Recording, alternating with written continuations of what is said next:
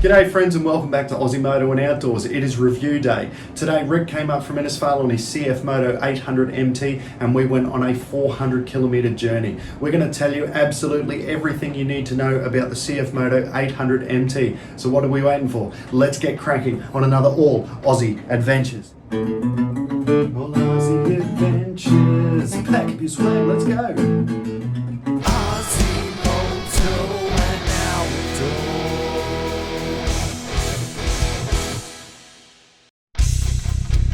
Alright, this is a 2022 CF Moto 800MT Tourer in Twilight Blue, and as yet she only has a couple of minor mods that we'll get to a little bit later. She's basically straight from the showroom floor.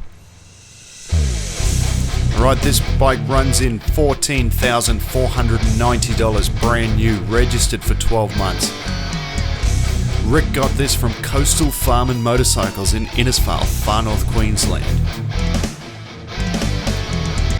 Look at the engine, she's basically a KTM 799cc, 8 valve, making 95 horsepower at 9,000 RPM and 77 Newton meters of torque at 7,500 RPM.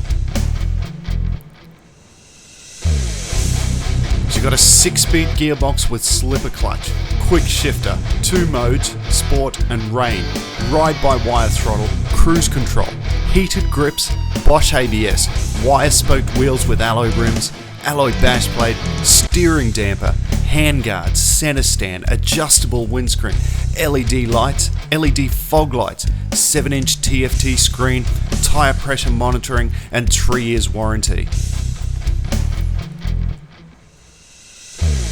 The front shocks are upside down, fully adjustable KYB 43mm with 160mm of travel.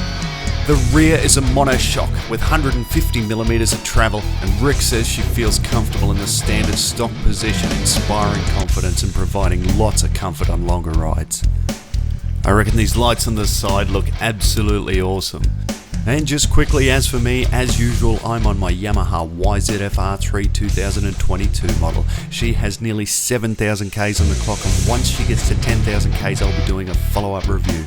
Let's check out the brakes. Starting at the front, they are 2 big discs, 320mm drilled rotors.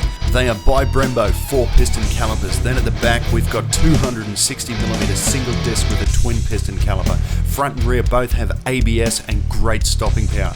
The tyres, they are Maxxis 110 at the front and a Maxxis 150 at the rear. Rick's opted for the road style tyres for the time being, but may switch those out if we get into more off-road style touring. We'll have a look at the dashboard and the switches. Now the dash, as I mentioned at the start, is a 7-inch TFT. It's really quite big, it's full colour, there are no issues with glare, it is easy to read and easy to navigate. We're actually considering doing a full video just on the dashboard and the switches because there's quite a bit to it, but don't be overwhelmed. Like Rick said, it's quite simple to use. One thing that blew me away by it is the size of this seat. Look at the width, it's a sofa. This isn't a bike seat, it's a lounge suite.